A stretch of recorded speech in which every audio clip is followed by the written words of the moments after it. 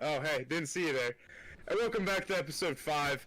This episode we talk about a lot of differences in generations, like specifically Gen Z. It's really good stuff, another Fat Boy Corner, and a couple cameos from my cat Stanley. I hope you enjoy. Thank you.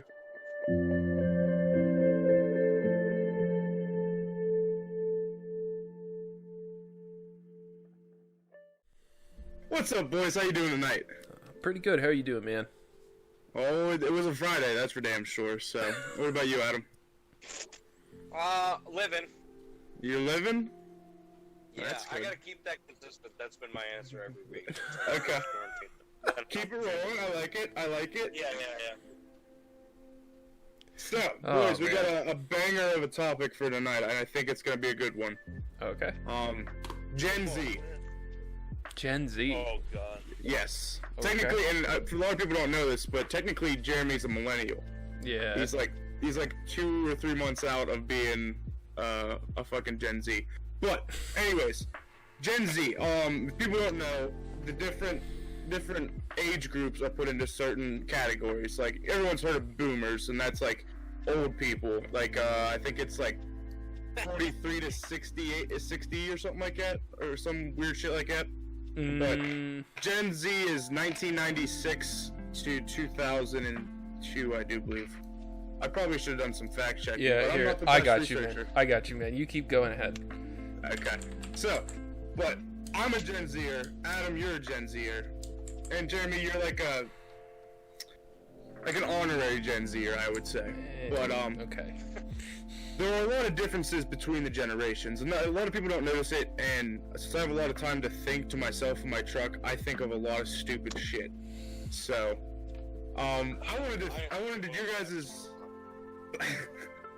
I wanted to hear your guys' thoughts on the differences of the generations, and especially the differences between Gen Z and then the generation that our parents are born in, because all of our parents are roughly the same age. Yeah, they're all probably all Gen X, Yeah. which is, obviously there's the baby boomers, then there's the Gen X, then Gen Y, which is millennials is what they're usually called.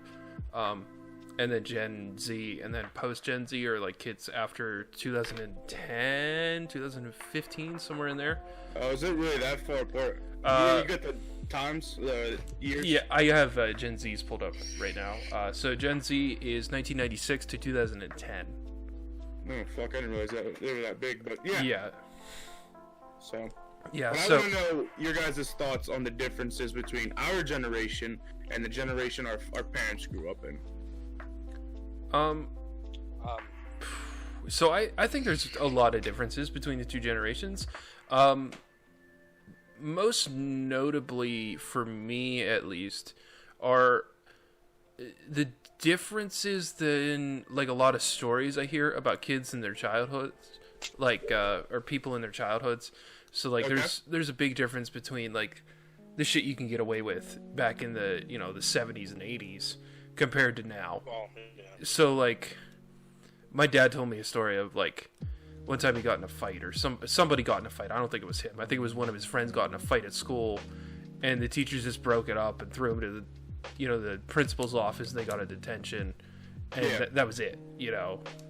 Nowadays, if you're not even like the aggressor in a fight, you like get out of school suspension and fined and all this Yeah, other. didn't you end up going to court for yours? Yeah, I got in a fight. Okay, I'll tell this story.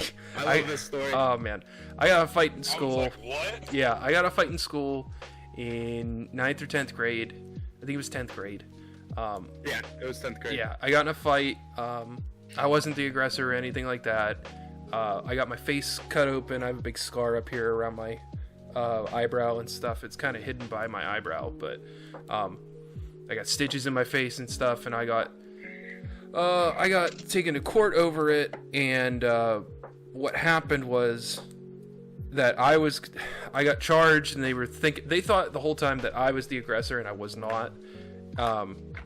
And the other kid, he only got like 15 hours of community service, and what they wanted me to do was I was going to have like, it was either 60 or 100 hours of community service or something like that. Yeah, it was a lot.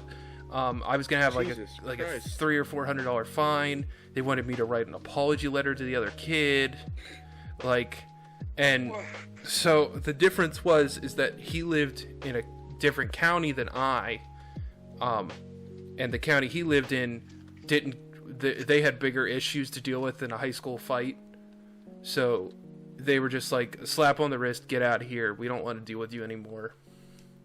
Me, on the other hand, the county I live in, they don't really have a whole lot going on all the time, so they need to suck up all that money that they can for stupid stuff like this.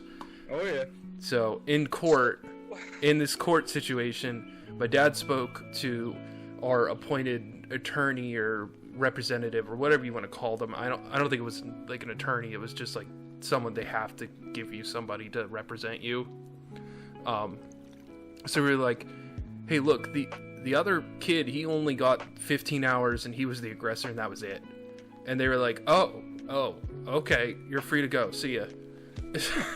So, Jesus, man. yeah, so I dodged a bullet there, but that's a big difference I've seen, at least when it comes to the two generations.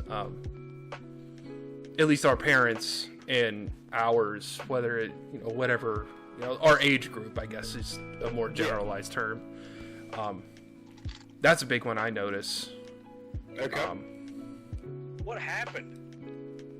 He was this Is there a kid. way to break down generally without? So I was walking down the hall, and I had gotten those slide sandals. They were really, really big at first. Oh, Mandels. The Nike slides or whatever they are. Yeah. So I got a pair of those. Yeah. First day wearing them, this kid's walking behind me, stepping on my shoes, and it's him and 4 or 5 kids like 2 years older than me, all walking behind me, and it's just me, and it's 4 or 5 of them, and they're all like giving me shit for no reason.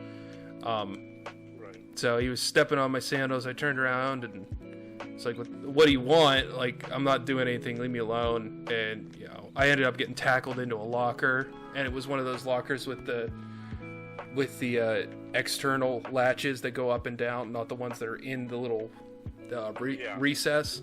So I hit my face off of one of those and gouged off the whole side of my eyebrow and hit my eye off. Oh man, I don't think I have the pictures anymore, but I had. So my eye, this whole part of my eye was like completely closed and down to like over my whole eye. Like I couldn't see out of it, and it's already the eye I have trouble seeing out of. So it was a good time. It was definitely an experience. My only fight in high school, only time I ended up getting suspended for it and stuff. So this was the only time I ever got any like serious trouble. Did this happen during football season too? I thought it did. Or Yeah, it was either right after the season ended or right at the end of the season. Yeah. Like, By the way, the other kid was a football player also. yeah, so we were on the same team, but we never really had any contact with each other because we were such different positions.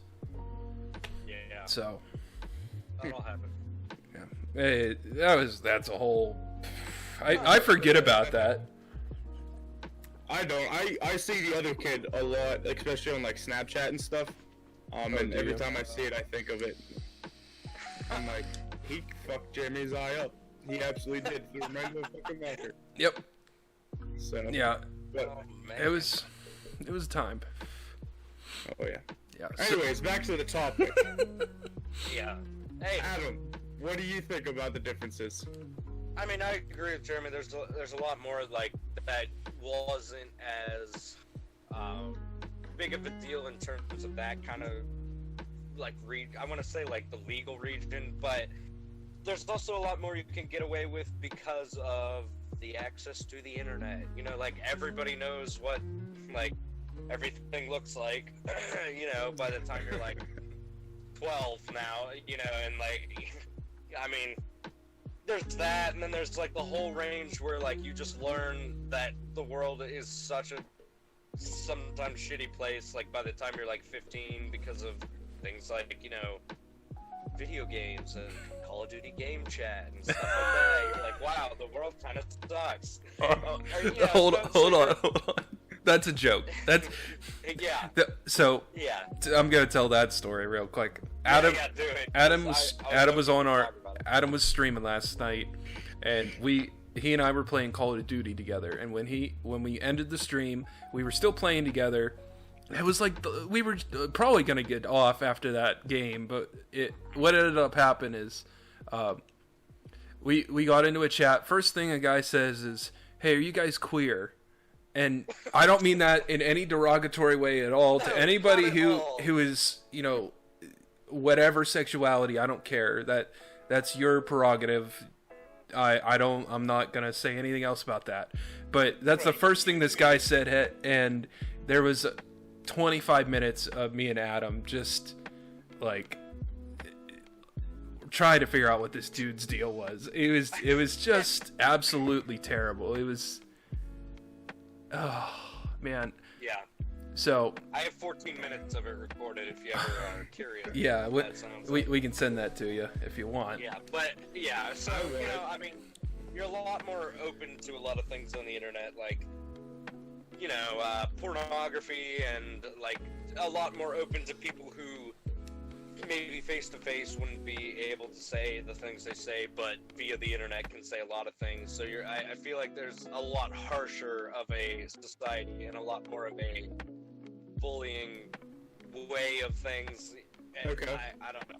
I don't know what it was like back then. My parents say like drugs played a big part and like were very common, but I feel like also still now, I feel like everything has gotten younger. Like you hear about like these 7th graders talking about like, oh, they slept with so and so, and it's just like, wait, what? Like, Yeah. you're in 7th grade, or like, oh yeah, we were smoking doobies up, and you're like, wait.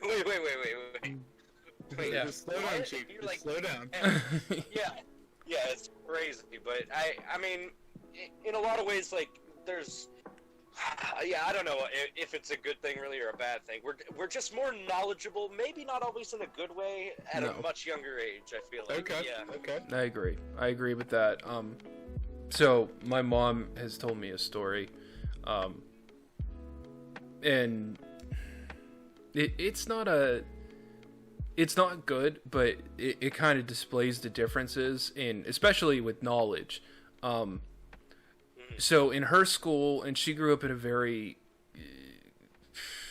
very old-fashioned area. I'll say that. Very, very old-fashioned. So her school didn't really even touch like World War II and that sort of stuff in school. Okay. They didn't really teach anything about like the Holocaust or, you know, the gulags in Russia and that sort of stuff. So. Interesting. Okay. Right. So she wasn't really aware of that until she got out of school and went on to, you know, college and really learned about all of that stuff, or maybe even like later high school, like 12th grade or so. Okay. So she wasn't really aware of any of that. And nowadays, you learn about World War II in 7th grade at 13 years old.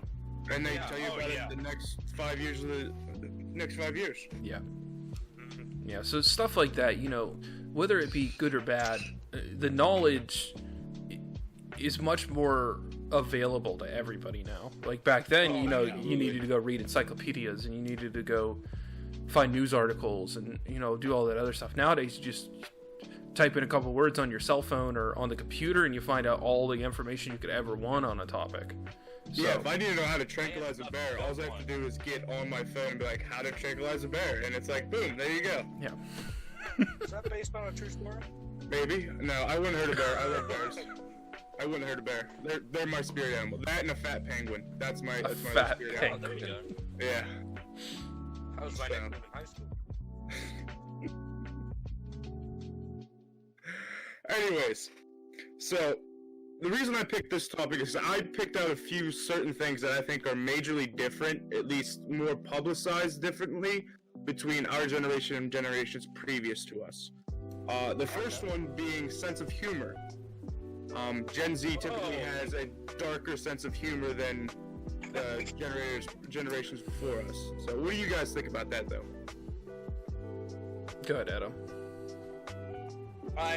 Yeah, 100%, because I know there are a lot of things that I would say just to, you know, my friend group or my age range that they would be like, oh, ha, funny. And if you were around like an adult or anyone over the age of 30, they're like, oh my gosh, like, should we get him medical help or something? Like, yeah, no, that's, so, yeah, they're just way more open to, again, like, the internet really exposes you to, like, the grittiest parts of Earth sometimes, and you really see some stuff to, like, you know, that like, changes you.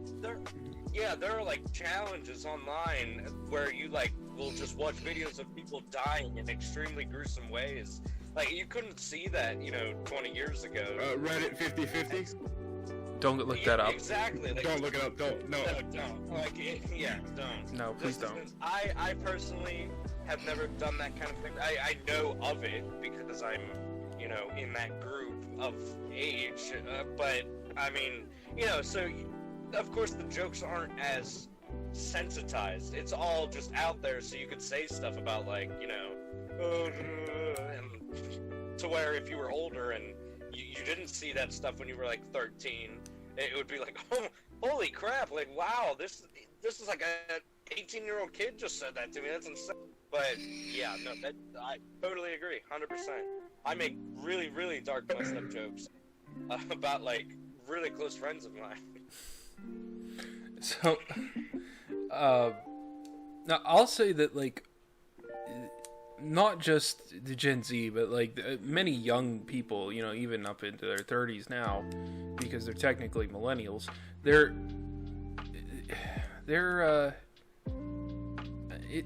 don't even know the proper way to say it. It's just they're like desensitized to the gruesomeness, like what Adam's saying is like you're exposed to so much of that so early that these dark, really serious things that you talk about that you make light of, they don't really have any real bearing for people anymore. Like, you know, you talk about, 50 years ago, someone says, oh, I'm gonna go kill myself. You know, they probably mean it. If they're saying it out loud, they probably mean it. Nowadays, a lot of people say that in jest. Like, oh man, things aren't going my way, I'm gonna go kill myself now. Like, and for anyone who needs like help with suicide or anything like that, please go get help. Please talk to somebody. I'm not saying any of that to, you know, make light of that sort of thing. That's a serious topic. Please get help if you need it. 100%. But you know, things like that,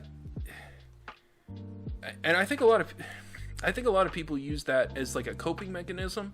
Like they actually might have some serious problems, but if you say it as a joke, people will think you're all right, and then, you know, you keep up that facade of, you know. That's actually what I was going to ask next to follow up that is, do you think that our dark humor is kind of a way to deflect the pain and hurt we have? I know, Adam, you said in the first video you did that you do this, and I know you do it, but do you think it's more normal for people our age to do that more than people of the older age?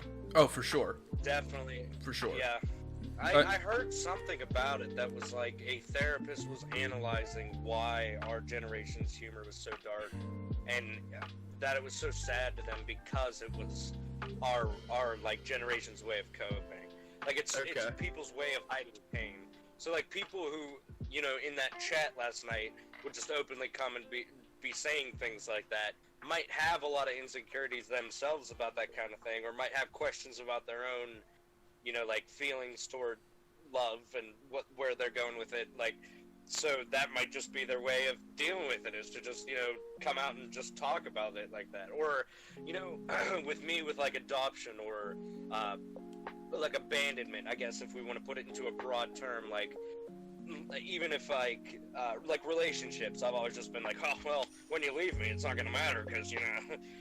But that's not me being like, haha, that's actually hilarious. That's me being like, let's joke about it so you can be like, oh, I'd never do that, and then I'll be like, okay, calm down. So instead of being like, hey, you know, I know I've told you 37 times today, but I just wanted to bring it up again. Maybe I'm still a little afraid that you might leave me, so like, is it okay if you like tell me that you're not gonna do that again?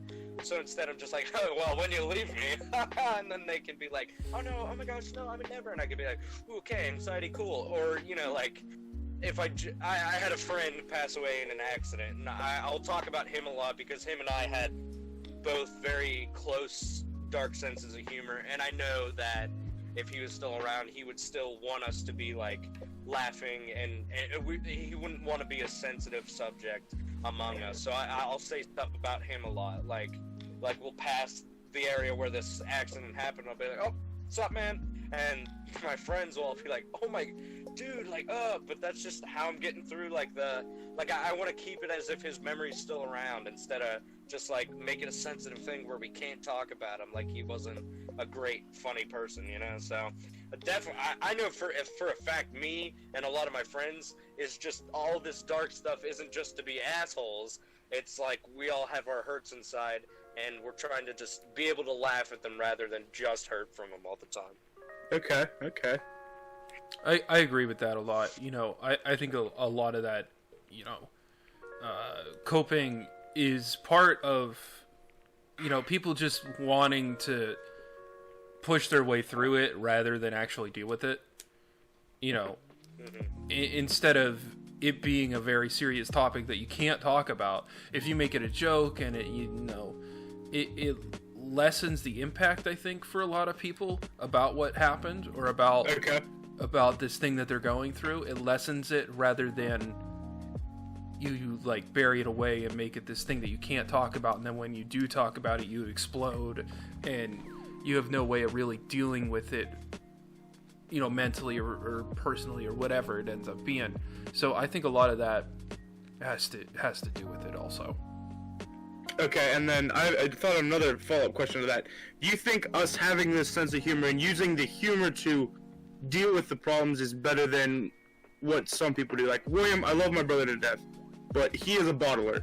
He bottles every emotion he doesn't like, and I swear to God, we call it the shelves. He has shelves in his stomach full of emotions. And if that shelf ever falls out, I'm honestly worried he may actually go on a murdering spree. Good Lord.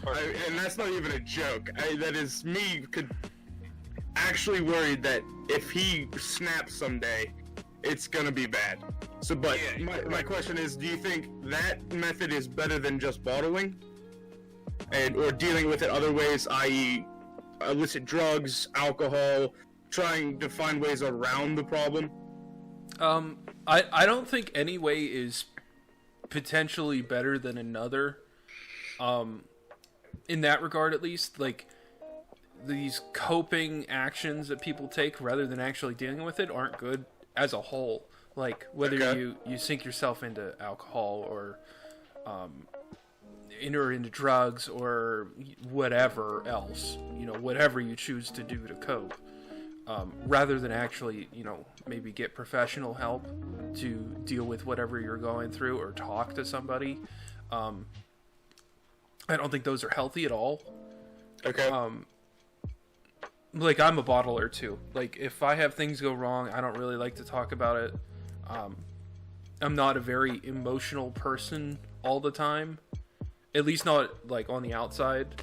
I'm one of those people that put up a facade. I'll admit that right here. Okay. If I'm hurting or whatever, I'll put up a smile and go throughout my life and be fine. But I think deep down that you should talk to people, and I've had instances where, like, I've had to break down and, you know, actually sit down and talk with either my parents or whoever I was with at the time, or my brother, or you guys, or whatever it ends up being. Those are the times where I actually feel the weight come off my shoulders, rather than me sit here and brood, think about it in the back of my head, and then stuff those feelings away and not have, I don't know, not really have relief, but, you know, you kind of forget about it and push it away, and it just compresses into a heavier weight. Right, and then all of a sudden, you know, I'm sitting like this all the time, rather than, you know, being able to sit up and, you know, be at ease, rather than always have this tensive pressure inside me. Now, real quick, for a follow-up for that also, I kind of do that sometimes too, and I know that I'm very prideful. I don't like asking for help. Even when, like, I need help, I don't like asking for help. Is that the same reason you do it, or is it just you've never really found others people have use for? Why do you bottle, do you think, at least? I don't think it's that I'm prideful. Maybe it is. I don't really know. I always feel like, I mean, I should need someone, but I also know that I do need someone, and it's just hard to make that jump to, like, actually go and talk to somebody, or do whatever. It seems to be like a I know I can do it on my own, or I'm gonna try to at least. So maybe, yeah, I guess it is pride a little bit, but it's Okay. also shame too at the same time. Okay. Because I'm a dad and I'm a man and all that other sort of stuff that society kind of puts on you, that like you should be fine, why aren't you fine, kind of a thing. Okay. And I know that's not the case at all anymore. Like I could go ask for help and I know someone would be there to help me, and I shouldn't feel ashamed of that at all. I think a lot of that it's just the societal, I don't even know what the word for it is, just the pressures that society puts on you. The societal view. Yeah, I guess, or Wait. whatever you want to call it. Like, that's Okay. just kind of how I ended up feeling a lot of the time when I was really, really down or needed somebody. You know what I mean? Okay. I'll let you know, Jeremy. I will murder a man for you if you ever need anything. Thanks. I got buddy. you, homie. Gosh, we're Thank talking you. a lot about killing people on this episode. Hey, we're not gonna kill anybody. I hope not. What? Just kidding, everybody. I'm not. No, Yeah, we're cool. But Adam, do you think that it's a better option than bottling or the other coping mechanisms? What are your thoughts on it? I mean, I agree with Jeremy in the sense that, like, none of it is really super healthy. I think there definitely are better ones than other ones. Like, I think the dark, really messed up humor or being able to laugh at it is a better method than, say, like, becoming an alcoholic over something. But again, like, neither of them are healthy. I do think that is a better option, is to just have the jokey dark side. But I agree. Like, I mean, it isn't fully healthy, because in a way you're still kind of just putting it off. It definitely, I feel like, is better than bottling, because there is a really dangerous side to bottling where you never get any of it out. So then when it comes out, it's just like a big built up thing, instead of just like letting little bits out here and there. Okay. But, I also am, like, fine talking about the fact that I do get professional help pretty often.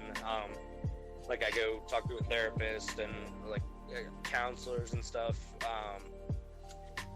And, I still have, a lot of that dark sense of humor. Like, there's a line that even some people have that I just will run right by, of where, like, people There have been- joke about their... There have been a few times where you said something, I'm like, Jesus Christ, Adam. Yeah, where people won't joke about someone who was, like, one of their closest friends who died very horribly and tragically very young, but I will just say something like that, and that still catches a lot of the dark jokers off. They're like, whoa, okay, this guy is... But, so even with getting professional help and talking about it professionally and stuff, I still do have that side. So, I mean, like, those of you out there who might feel like, oh, there's something wrong, I need to get help.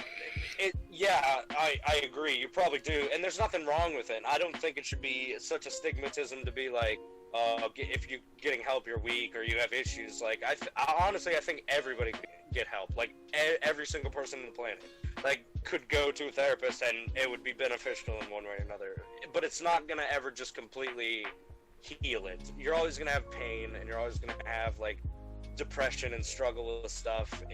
You're not just gonna start going and seeing a therapist and be like, well, I don't even need that humor anymore. I'm great. I'm healed. It takes, like, years and years and years. And, again, there's nothing wrong with it. That's why I'm so fine talking about it, because I want to try to help lessen the whole idea that oh, you're going to therapy, so he's he's in therapy. I think it should just be like a normal thing. Like, yeah, I went and talked to my therapist, but yeah, I think it is a way of coping. Is it healthy? Not necessarily, but is it better than some of the alternatives, such as drugs or like self-harm or something like that? Yes, I would think it is better than that kind of thing. Okay. That was a good one, boys. So yeah. Another thing. What's up? I was just gonna say it's another one of those things that no one really wants to talk about, but everyone's kind of got it in the back of their head, kind of a thing. Yeah. Like, everybody's got thoughts on it, and everybody suffers, at least in some manner or another, whether it be serious or very, very minor. That, anybody else, if you talk to anybody else at all, they'll probably have thoughts or maybe suggestions or whatever to help you. So if you do need help, please talk to somebody, whether it be professional or not. It's the right thing to do, or a very helpful thing at least. So and it is hard. Like, I'm not trying to sit out here and be like, well, everybody should do it. It's easy. You just go. No, like, it took me, believe it or not, it took me years before the years that I've been working on it to get there. Like, where I just didn't even talk about it. Because, again, I'm like a weird mix of what Eddie was saying William is and Jeremy said he is. Like, I'm not full bottled up, like, don't let it out, because I'm a very emotional person and will, like, wear my internal organs on my sleeve, as they say.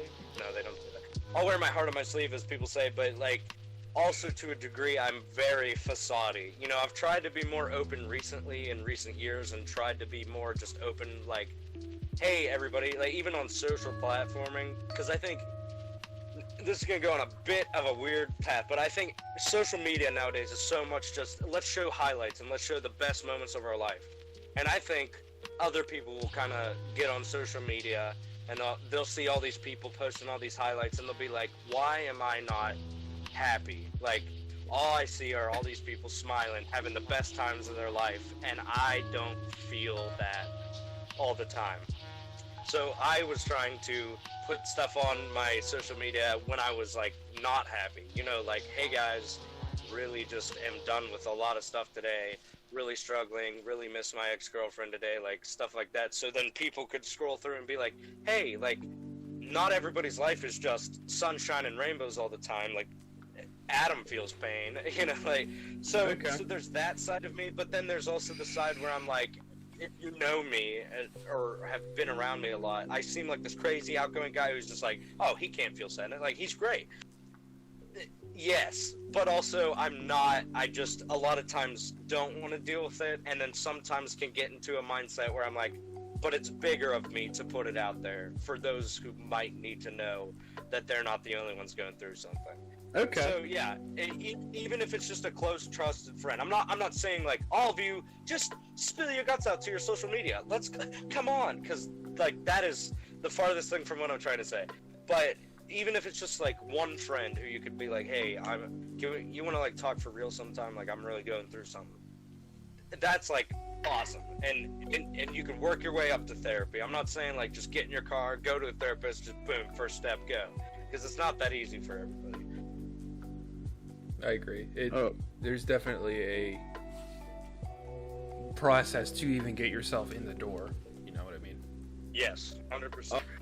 So another main thing, I've always heard stories of my dad. I know most of them are jokes, but some of them are real. The difference in work ethic between kids our age and kids of the older generations. I mean, I always hear people saying, I had to walk uphill both ways to school and stuff like that. So, but do you think there's a major work ethic difference between our generation and previous generations? Yes and no, I guess. our parents and maybe even our grandparents, or parents who are much older, like in the retirement age, rather than say in their 50s or so, which that's how old my parents are, roughly 50. I think those people, it was a much different economy to work in. Okay. Like I saw a statistic one time in a stats book when I took stats in college, that like the average American income has pretty much stayed steady over the last 40-ish years. Okay. It's fluttered around the same price. Maybe gone up slightly now, but it's fluttered. So, having one job 30 years ago in 1990 and had like a normal, average American job where he made roughly $35,000-$40,000 a year was more than enough to support a large family. Nowadays, a lot of people who have 2 or 3 minimum wage jobs, part-time jobs, barely meet that and barely make ends meet. So I think a lot of people are they, not that they don't have the work ethic, it's that the drive isn't there. Right, like in a lot of these jobs, like there's no room to grow. You don't have the position to move up the ladder. So like that's kind of, I think a lot of people see that and think that's how all of the people nowadays are, like our age. Like I'll say, when I was in college, one summer I had 3 jobs. And I worked 5 days a week at one place, 3 or 4 days a week at another, and 2 days a week at another, because I needed the money to make, to make payments for bills and have money to go to school and, pay tuition and all that other stuff. So like, I think the drive's there and the work ethic's there if there's a goal to be met. A lot of these places that like, you're a day laborer and that's all you're going to be the whole time you're ever at this company. Are you really going to put in a whole lot of effort? Okay, that makes sense. So, like, pretty much, why would you risk so much when you know you're not going to get rewarded for it? Right. Okay. So I see that a lot, but I also see like the opposite. Like there are people who are, very undriven and very like, I don't care at all, no matter how much I got paid, no matter what job it is, that sort of thing. So I definitely see both sides of that same coin for sure. Okay. Which is, I think it's a lot of situation to situation. You know what I mean? Oh, absolutely. It's a lot of like, someone might just have really good work ethic and work at a minimum wage job. Like, they just might, but the same thing on the other side, like, they might have no work ethic at all and have a really, really nice job, but just don't care. You know what I mean? Yeah. What about you, Adam? What are your thoughts there? I agree a lot of the same things you said. Like, I feel like we're definitely a much lazier generation. And again, that doesn't apply to everybody, but I just in terms of like the younger generation right now in general, like I feel like we all kind of feel a little bit more entitled. So we all kind of feel a little bit more as like the classic like boss, ideal when it comes to work. Like we're all just like, well, I'm great. So like, they'll pay me. If they don't, screw it. I'll go get another job. It's not okay. And again, like I feel like back then it was a lot more required. Like I'm not saying this goes for everybody. I'm not trying to come off as like some kind of like entitled person, but I feel like a lot more people are in a more stable situation nowadays, to where like the hard workers coming out are the ones who had to be hard workers. I feel like back then it was a lot more common, and there were maybe like bigger families or just less. I don't know politically, like economy. I'm not sure, but I know for my dad, it was either like I work at 15 or my family doesn't eat. It wasn't like yeah, whatever. It was like well, we eat or we're gonna be in like poverty. It was Okay. and I know that's not true for me. Like if I quit tomorrow, like we'd be okay. You know, it's not like, oh well, if I quit tomorrow, you know, mom and dad don't eat. So, yeah, I feel like we're definitely a lazier generation. But then again, there are people coming out of this generation that are like insanely driven. Like athletes specifically. We've only gotten more athletic as time's gone on. You know, like you look at stats from people back then, and there are like, teams averaging stats that like the best players averaged back then. You know, so like people like that are just blowing past everything. Like they're insanely motivated, and there are some great like thinkers and business people coming out of this generation too. But overall, yeah, I definitely feel like we're going down in work ethic and you know, non-laziness. I feel like we're definitely going downhill. Okay, so kind of summarize what you said.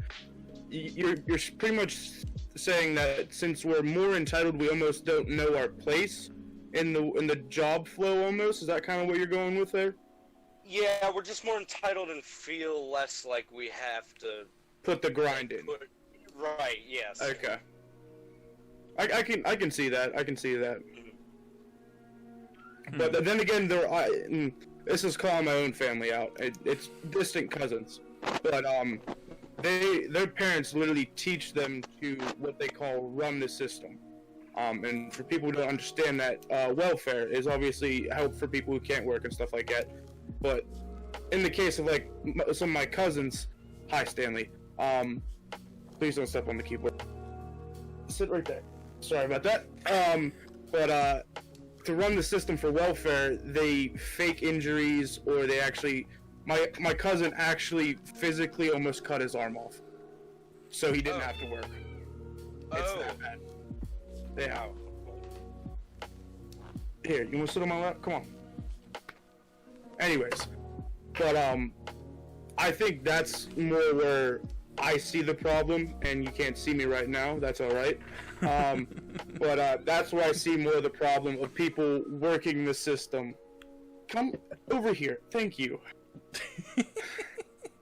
He's being an ass tonight. I'm sorry. But that's where I see the problem, and what kind of raised the question in my mind is the fact of people finding ways around to put the grind in and work their way up. However, I do believe for the... Damn it, Stanley, stop. Stop. You're lucky I love you. But, I think, however, the next generation after Gen Z is going to have a lot better opportunities than we did.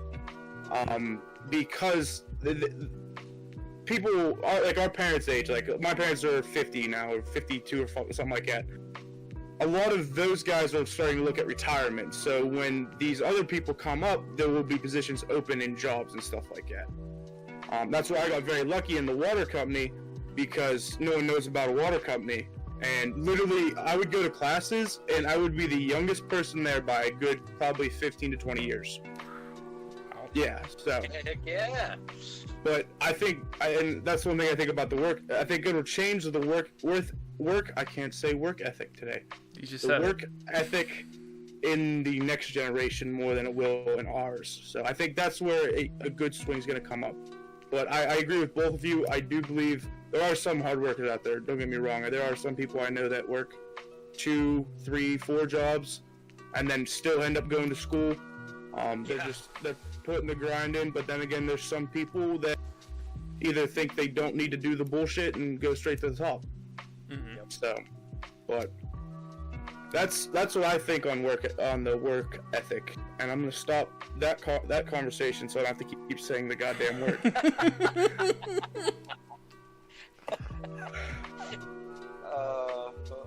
Now, the next major difference I thought of, and this is something, maybe it's just me, but eating habits.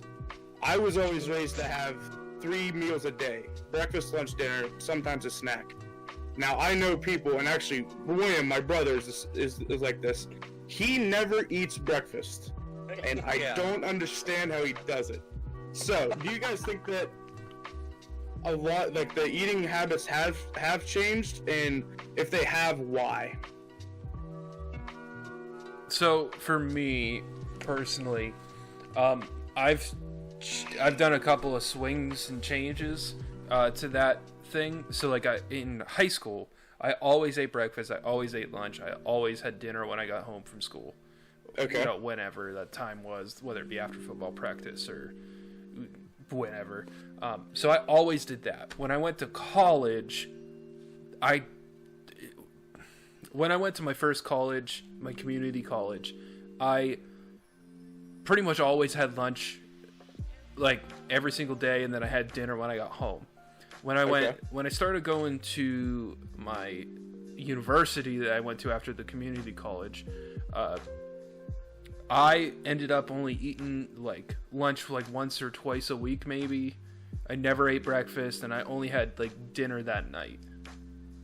Like when I got home, or you know, maybe had something on a break at work after class, because like I worked almost every single day after school, or I'd have, you know, something really small after work at 11 o'clock at night from somewhere quick, like I don't know, like a snack wrap from McDonald's or something fast like that. Okay. So I've gone through quite a bit of those, and like nowadays, like I still don't ever eat breakfast. Like even when I was working, I never did, or now I don't. My daughter eats breakfast every morning. I just never have the appetite when I get up. Okay. But I think my eating habits are still the 3-meal-a-day thing, because I'll have lunch, I'll have dinner, and then because right now I've been staying up till about 4 in the morning every single day, and then I get up at 8 when my daughter gets up. Fuzzy floating around. When I get up, or when I am awake at 2 in the morning and I'm hungry, I'll not eat a meal, but I'll have something small, like something that satiates you.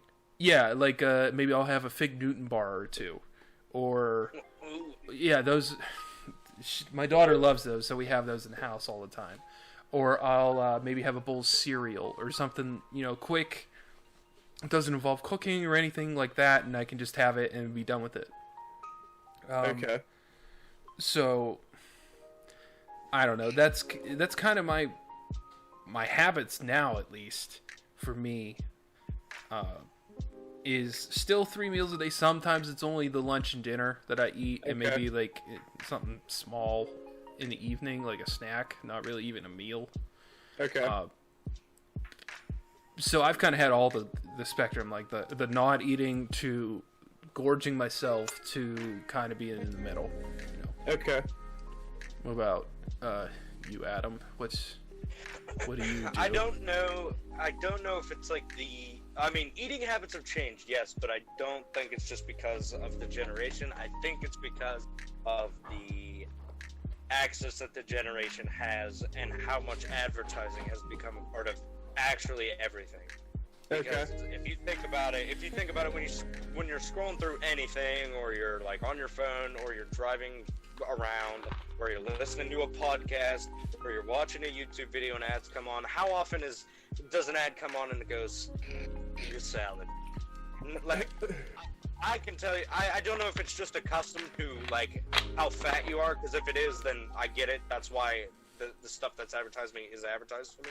But never once am I like on YouTube or on something and it's just like, have you ever thought about eating healthy? It's always just like, McDonald's has the new, or you know, like there's that whole Wendy's, or Arby's, we have the beef. Like, it's never just like, you know, how about a regular 2,000 calorie a day diet portion meal? It's like, come eat the triple quadruple cheese Big Mac bacon and so that's all you see. So then your mind's there, so then subconsciously you're just like, you know what I feel like? A triple quadruple Big Mac bacon with 9 layers of cheese.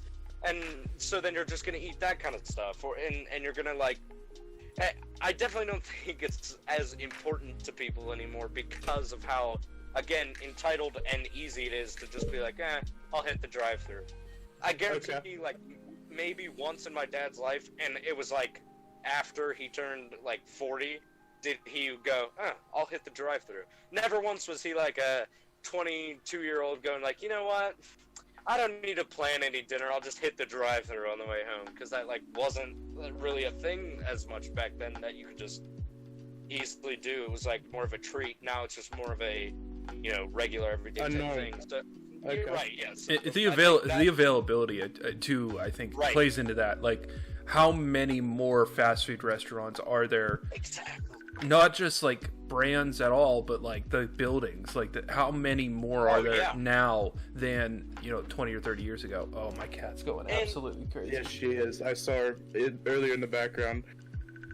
And there are things that are just making it easier no matter what. Like now, like I'm not dissing any of these things. Yeah, exactly. There's like DoorDash, Grubhub, like all that stuff. It's not it's not a diss on these apps, because I get it, and it's totally a smart decision. Yeah, she just knocked something over. Yeah, she did totally knock something over. I heard it. But it's like, you don't want to leave your house. Fine, don't leave your house. Give us a couple extra bucks. We'll bring the fast food to you. Yeah. Which, by the way, wow. I'm glad we don't have that in our area, because it would be very bad for my bank account. Because I'm one of those people who are like, fuck, I didn't plan dinner. Looks like I'm going up the hill to grab food. Right? Although my ex was the first person I've ever encountered around here who uses that. So she would be like, I think I'm gonna order Grubhub with Wendy's. So it's like, wait, what? Hello? Yeah, so I never encountered that actually until the job I have now, or had before this crisis, or whatever. Right. I hadn't ever heard of that, and then a few of the people I worked with were like, "Yeah, we're getting Wendy's." I was like, "The Wendy's is like 20 minutes from here. What? Like, you're never gonna get there and get back by lunch." Yeah. And so they did it, and I was just. It threw me off when they said it, because I'd never heard of anyone in this area or where I worked even doing that ever. Okay. So I think I agree that the availability of it is kind of changed the tide into a more normal eating schedule. Not even just a more normal eating schedule, just like more often is what it seems to be like. So my sister is a teenager still, and her friends regularly plan to go to the city just to go to a fast food restaurant, and that's like a fun trip for them, is to go get fast food, because there's nothing around here. I don't do that. And don't get me wrong, I did that when I was a teenager too. That was a thing that we did. Like, oh, you go there to a restaurant or to a fast food place, get some food, maybe go see a movie, or go screw around at the mall when malls were still a thing. Yeah, that puts you in a time for my teenage years. Stanley, give me this back. Stop it. But yeah, I definitely think that the availability has changed it into a more often kind of a thing, rather than it being a, you have a scheduled 3 meals at certain times a day. Okay. I can understand that. Yeah, because those scheduled 3 meals were like your opportunities to eat. Now it's just like, well, the opportunity doesn't go away. They're open 24/7. You can get DoorDash whenever you want. Well, not with the whole quarantine thing, but no, they still do with that whole thing. Yeah, they still do it. Yep. Well, Yep. It's like contactless pickup and all that nonsense, but yeah. So yeah, so exactly. So there's like stuff like that. And again, that affects even like what you were saying with the whole work ethic thing, the convenience of everything. So like everything is designed nowadays to just be immediate. Like the longer, like the attention span, even like the longer something is, the more effort you have to put into it. Like apps are even looking at stuff like where, like instead of YouTube, instead of turning your phone this way to press the like button, no. We'll just do it so you can press the like button this way. That way you never have to turn your phone. Like that stuff is just basically encouraging us to be lazier and fatter. Okay, so you think that the convenience of everything is what's been the main change for the difference in generations? For sure. Okay. I can get that. So, So from that topic, you want to swing us on into Fat Boy Corner? That's exactly what I was going to do, too. Nice. Alright, now this one may kind of give people an idea where we live. I'm not sure, but good old favorite of mine, personally, is Sheetz. Oh. Okay. The gas station. So, boys, So, whoever wants to take it first? Okay, real quick funny story. My mom actually worked at the original Sheetz and knows the actual founding family. Holy shit. Yep. That's awesome. Yep. So if you know where that is, that's where she insane. used to live about 30 years ago. That's actually crazy, but awesome. And your mom should be a billionaire. No, I'm just saying she should be for being awesome. Yeah, she is she's led a pretty interesting life, but Sheetz lit. for me, because there was a Sheetz close to me for work, I did actually end up trying many new things that I had never tried before from there. Okay. There's a Sheetz close to where I worked. I don't know if I said that. Yeah, you did. Okay, I thought I said too close to me, not too close to where I worked. But for me, and it's become my favorite, has been a flatbread grilled chicken sandwich with red onions, pickles, banana peppers, and honey mustard. That has been my go-to. Isn't that called the skinny chick or something like that? No, they've got... Whoa. That's what they call it. No, that has like romaine and stuff on it. I have had whatever that promo item is. Yeah. It's the spring chicken sandwich or something like that, maybe, because it's got like romaine lettuce and stuff on it. Okay. But because I like pickles, I put pickles on all my sandwiches, no matter where it is. But that's my like go-to like meal item. Other than that, like an appetizer thing that I might get, they have pretty good mozzarella sticks that I usually enjoy a lot. I don't really ever eat too much of that. The boneless wings that they have, the wings with a Z at the end rather than an S. Oh yeah. Yeah, those are good too. But they're just like, they're just like little chicken nugget, chicken tender things with sauce covering them. Not a bad choice. Not a bad choice at all. And then, drinks. The vanilla lattes are pretty damn good from there. Okay. And I usually get like an extra vanilla pump in it for like 20 cents or something. Pump it up. Yeah, but those are usually really good, especially like in the middle of winter. I would get those like on my lunch break and get it with my thing, and it would be really nice because where I worked, it wasn't always super warm in there during the winter. But those were always really nice to have. Okay, good choices. Adam, what about you? You looking up the menu right now? Yeah. Because I gotta get this right, Okay. But okay, so Sheetz, I've always done this at, and it's so stupid. Nobody else do this, please, just for your health. We gotta make America thin again. It's not gonna happen ever, but I'm just trying to be optimistic. I order for like the next 3 meals always, and then so then I order for the next 3 meals, and then I'll like get it, and whatever like smells great right that moment, then I'll eat that for that meal. So Okay. I'll get like the boneless chicken bites, like tossed with something. Either it's like the barbecue sauce, or sometimes I don't toss it with anything, and then I'll get stuff on the side. That Dr. Peppery sauce that they make is like, love that. The Dr. Pepper barbecue sauce. Yes. Oh, delicious. Anyway, if you don't agree with me, fine. I think it's great. Also like Dr. Pepper though, so so I'll always, if it comes up with one of those things that's like, would you like to add on a bonus bucket of fries? I'm like, yep, 100% in, boom, yeah, don't even have to ask me. And then they're freaking sliders, man. Oh my gosh, I would make out with whoever invented that stuff, because and it doesn't matter. Again, it's just whatever hits me that day. Like, Sheetz is the one place I can go and just be like, all right, body, go. Tell me, lead me. And I just let my finger slide across the screen and select whatever I'm feeling. But sliders, I could go with any of those types of sliders they have. Mwah. Great. They're freaking macaroni and cheese bites. I honestly don't understand what kind of witchcraft they figured out, but they figured it out hard, and it is. I've never ever been like, oh, they're a little, nah. No, I'm always just like, oh, this is, yeah, I'm really gonna sit in this for a moment. Like, if I'm moaning in the seat next to you after we get sheets, it's because I found the macaroni and cheese bites. Their Oreo milkshakes, also incredible. Like, I've tried them everywhere now.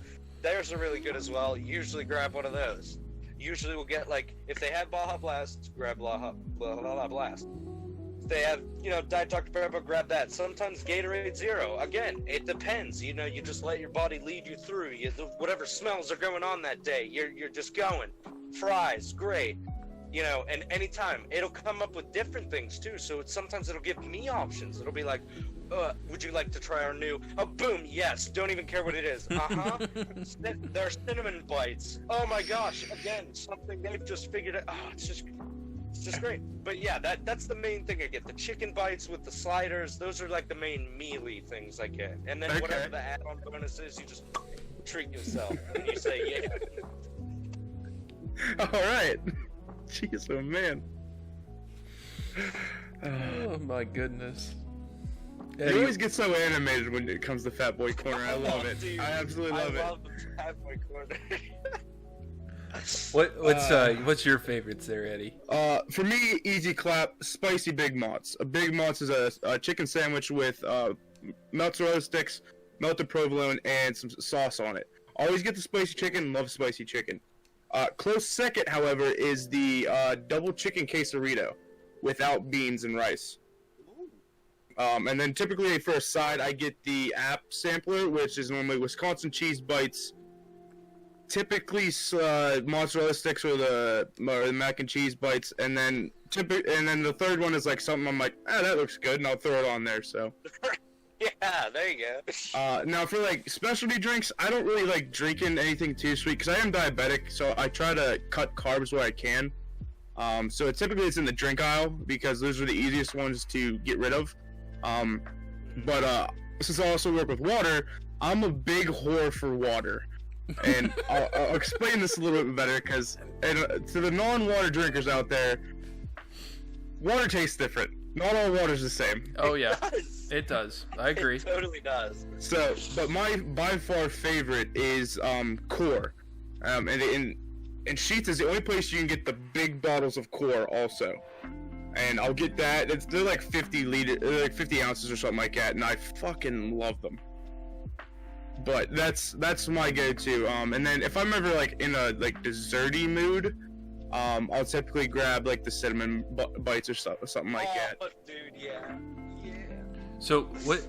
So now, okay, you brought up this water thing. I gotta hear you out on this one. Okay. Aquafina, trash? Yes. Yes. Okay, thank you. Not a big Smart fan. water, overrated? Absolutely. Okay. Yeah, good, but not. Yeah. Not Dasani? Dasani, I think, is a good time old favorite. It's always consistent. Okay. Yeah. And do you ever go for like the Fiji waters or any of those really other? I have tried all of them. Fiji's all right. It's a bit overpriced. There's one. Fuck, I can't think of the name of it. I think of the bottle. It's like Highland or something like that. It says it's from Sweden. It's pretty good. It's like a mix between Fiji and Dasani. Okay. Kind of a middle ground between the two, and I like it a lot. But the Core is a good one for me. They say it's pH balanced. I've actually checked it. It's pretty good. Because I work with water, I have a pH tester. So. I love it. Oh, that's so good. Now Shane, one of my friends, lives by the Life Water. Oh. Life Water isn't bad. I do like it. There's a Yeah? couple of flavors that I don't really enjoy. Or are you talking about the plain Life Water? Because you can get Life Water that has flavorings and stuff in it. I don't know. I always get I just grab water. Like I'm not. There definitely is a taste difference, but when it comes to like specificity and my requirement, like I just grab whatever. But there's definitely but no, he lives off I think just the plain life water. Okay. I don't know, but I've never had the I plain just life was gonna water. throw that in there. It's not good. Yeah, neither But- have I. The other thing about water, Jeremy, to help you out is temperature plays a huge factor in the taste too. Oh yeah, I'm sure. Because room temperature Dasani tastes like shit, while cold Dasani, or even almost below freezing, because I keep my fridge really, really fucking cold. Like, there's been times I've had stuff that sits in the back that has frozen solid. But that tastes like that's like the standard for Dasani. But anything that's like above room temperature is, even room temperature itself, I hate. I'm also a big whore for cold drinks. See, I drink. I I'm a very much I'll drink it whatever temperature it is. Yes, I like it cold, but I don't really ever go out of my way to get a cold drink. Like I have ice trays in my fridge. I don't use them. They're almost never have ice in them. I never put like soda in the fridge. It's always just like on the counter. See, and that's the other thing I think is weird is like I hate watered down drinks. So like if I make I earlier my drink was sweet tea I made. It went right in the fridge. And I do not put ice in my drinks other than water because I hate when it, like, you've ever had like a McDonald's soda or something like that, and like it's like a few hours later you're like, oh, I'm gonna finish this off, and it's like all water with like a little bit of cola flavor in it. yeah. Fucking hate it. So I don't put ice in my drinks a lot because I don't like them watered down, which I think is kind of weird. But I love cold drinks. No, I agree with that. Yeah, I use it as a mistake fixer. Like if I'll make lemonade and it's a little too much, I'm like, oh, yeah. put an ice cube into it. Okay, I can understand that. All right. Well, after a little tangent of water, I think I have one more topic. It's gonna be a little bit of a longer episode, but that's a little treat for the audience. You're fed boy owner. The last one I will wrap up on, and I think this one's probably gonna take you guys off guard, but body care. Okay. The difference in generations. So, stuff like the routines people do, maybe the products they use. Have you guys noticed a difference or heard stories about anything like this? So, we'll start with you, Adam. Well, I know specifically, like, the whole manscaping thing did not exist for my dad's generation because absolutely. me and my mom got into, like, a fight with it. Like, because one time, I was talking about one of these girls talking to me about how rough it is shaving their legs, and I was like, have you ever had to shave, like, your testicles? No, you haven't, because you're a woman and you don't have testicles. But I'm telling you, that is terrifying to shave. And Mom goes, nobody shaves down there. I go, excuse me? And she goes, no, nobody shaves around. And I go, how do you not shave around there? That's disgusting. Now, I'm not saying, like, you have to be, like, clean-shaven, baby smooth. I'm not saying that at all, because you don't. You don't have to be baby smooth, clean-shaven. But, like, at least some care, right? You gotta at least, like, keep it, like, under control. You can't just have, like, a garden down there where, like, you could, like, actually get strangled in your sleep. Yeah, you have to, like, keep it safe. So then we bring it up to my dad, and my dad, I remember his exact reaction. He was sitting on the couch like this. He just turns and he goes, no one shaves down there. And I was like, wait, what? I was like, I thought he was gonna back me. I thought he'd have my back. I was like, wait a second. I'm like, so I know specifically there, yeah, that is a huge difference. But, like, even the hair care products, guys are, like, metrosexual as crap about their hair now. And they're like, gotta fluff it up, I know, even I'll get out of the shower and I'll blow dry my hair, because I don't just, you know? So, I mean, yeah, definitely. Because I guarantee, I will bet my life on the fact that my dad's never been like, I'm gonna blow dry my hair today. You know? Maybe he'll be like, gel, I'm going to a wedding. But that's it. Okay. Like, yeah. Pushing past that. Okay. Jeremy, So- what do you think? It's an important topic. Like personal care, that's so I think nowadays there's a lot more of a need for it. Obviously we talked about like the eating habits and stuff, so that leads more towards, yes, there are more people going to the gym more often, that, you know, they need to take care of themselves and do that sort of stuff. But there's also like the amount of healthcare products that are available, not even just healthcare, but like personal care products, like, you know, there's 9 million kinds of different razor blades that you can get for like shaving your face, or women shaving their legs, or whatever it ends up being. You know, there's 9 million different ones of those. There's 200 giant numbers of every single product you could possibly think of, like, you know, shampoo, soap, hair conditioners, beard oils. Like, when I had a big beard, I put beard oil in my beard because, you know, otherwise it looked like scraggly and gross. And then, you know, I need. As an aside, right now I have 4 different beard oils. There you go. Like, you know, so I think like things like that are. It's much more common for men nowadays to have lots of products like that, rather than just your standard. I have soap, shampoo, razor blades. That's it. You know, that sort of thing. You know, a thing my brother brought back, another thing like we talked about in our last episode, from South Korea when he was over there. He brought back face washes and like masks and that sort of thing, because over there it's very, very, very not even just common, but like matter of fact, expected. Yeah, matter of fact that men take care of their complexion, of their face. I like that. What, like, people, and his roommate in college, he is Korean, and he has a routine where he washes his face several different times all at once with varying, like, washes and pore scrubbers and blah blah blah blah blah, because that's just the way they are, and that's the way men take care of their face. And it's over there it's a very face value, if you want to say that, pun intended. Pun intended, kind of a society. Like, they're very I don't even know the word. You want to put your best foot forward almost, and the first thing people typically notice is your face. Right. So it's a very that kind of a society there. So that over there, it is a very common thing for men to have tons and tons of different face wash things. Okay. Like, he's staying with my parents and my brother right now, and I was over there last night, and at 4:30 in the afternoon, he was like, I'm just gonna go wash my face real quick, I'll be right back. So he does, you know, he does it several times a day, and I'm not trying to call him out by name. It's just that's his routine, and that's what he does. Okay. I honestly wish I could be like that. Had the ambition to wash your face several times a day. Yeah, and like have it scheduled in. Mm-hmm. That'd be nice. So I think that it's much more a thing that happens now rather than it maybe have happened 20, 30 years ago. Okay. I can understand that.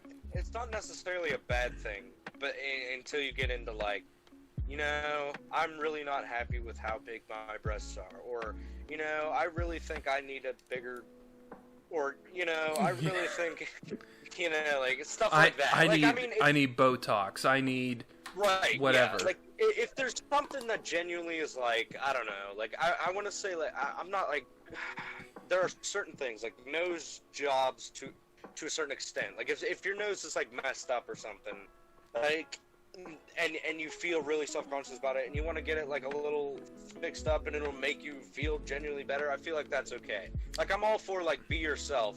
But, you know, like, I have, like, this, I don't even know what it's, actually, there's a real term for it, but I couldn't tell you what it is. But I have this huge, like, bump on the back of my head, like a goose egg times like 3 maybe, and it makes me feel self-conscious. It's uncomfortable to, like, lay down. I can't really wear hats, so, like, you know, like, that kind of thing. I get cool. Back then, you would be like, well, you have a bump on your head. Have a good life. It wouldn't be like, oh, well, we could look at getting that removed, as it is nowadays, but. You know, like, if your nose is, like, a little weird, or you have, like, a bump and you feel uncomfortable about it, that's fine. If you're just like, I want my nose to be more defined, thinner, and more like, you know, the Kardashian, like, I think that's, like, But, you know, if it's, like, something that's really bothers you or something, like, I feel like there's nothing wrong with that, but, so, know, it's like, what? A corollary to that, or a parallel to that, would be, you know, like, dentistry. like people Yeah. getting their teeth straightened or gaps in their teeth closed. If anybody's never noticed, I do have gaps in my top teeth. Not super severe. I've never had to get braces. I could have, but some of those sorts of things, and like my teeth are kind of a thing I am not embarrassed by, but I'm very, what's the word? Very not self-conscious, but very aware of when I smile and do like the big grins and stuff. Like I do it for pictures and stuff, but other than that, it's like I very am aware of my my mouth and stuff like that. Okay. So those sorts of things are very normal for people to do, to get their teeth fixed and that sort of thing. But then anywhere else on your body, some people do think it's like, oh my god, like I need to get all these other things done, and that's where you kind of get into the super serious surgeries and stuff like that. Okay. So I just think it's funny, and I'm not saying anything bad to you, Adam, for your opinion on it. I just think it's funny that like there is such a gap between like you move away from your mouth and all of a sudden it's a big deal. You know what I mean? Yeah. Pun intended.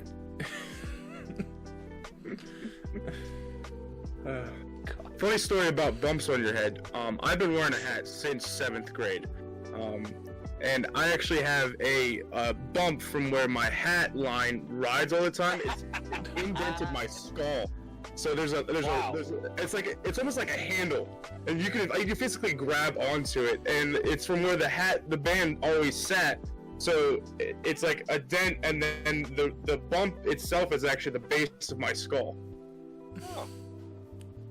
That's so strange. You guys, I think I've seen it before. Yeah.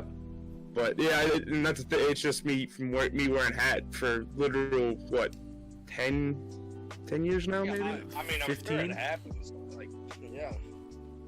Yeah, 12 years. Yeah, like 12 years. Like 12 years. About 12 years. 12 years, yeah. But yeah. Yeah.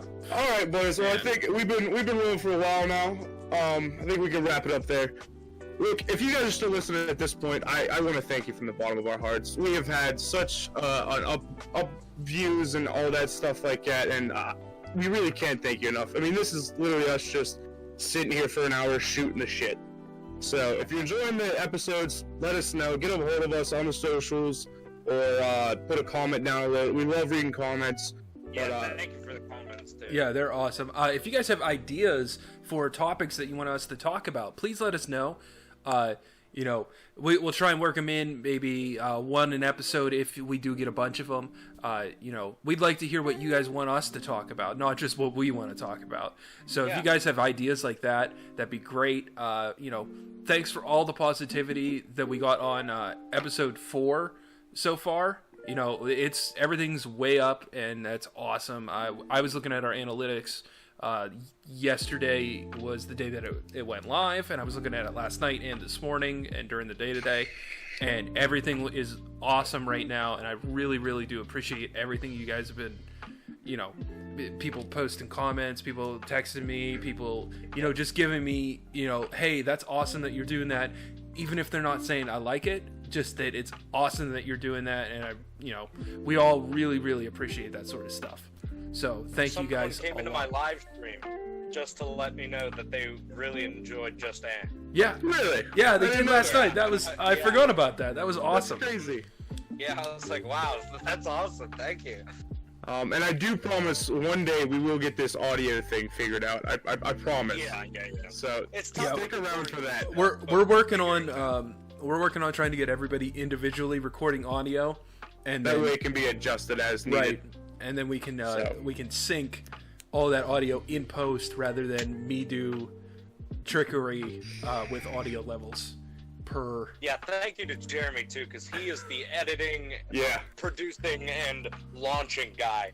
Yeah. Eddie and I come here, we talk, and then we're like, all right, let us know when it's up. Jeremy's like, okay, I'm gonna stay up for the next 3 days figuring it out. So give a big thanks to Jeremy in the comments for us. Yeah, for real. Yeah. Well, thank you, everybody. You a lot. Have a good night. Have a good evening, morning, whatever fucking time you're watching this. So I'll see you in the next episode. Bye. Stanley. Oh god, I love him.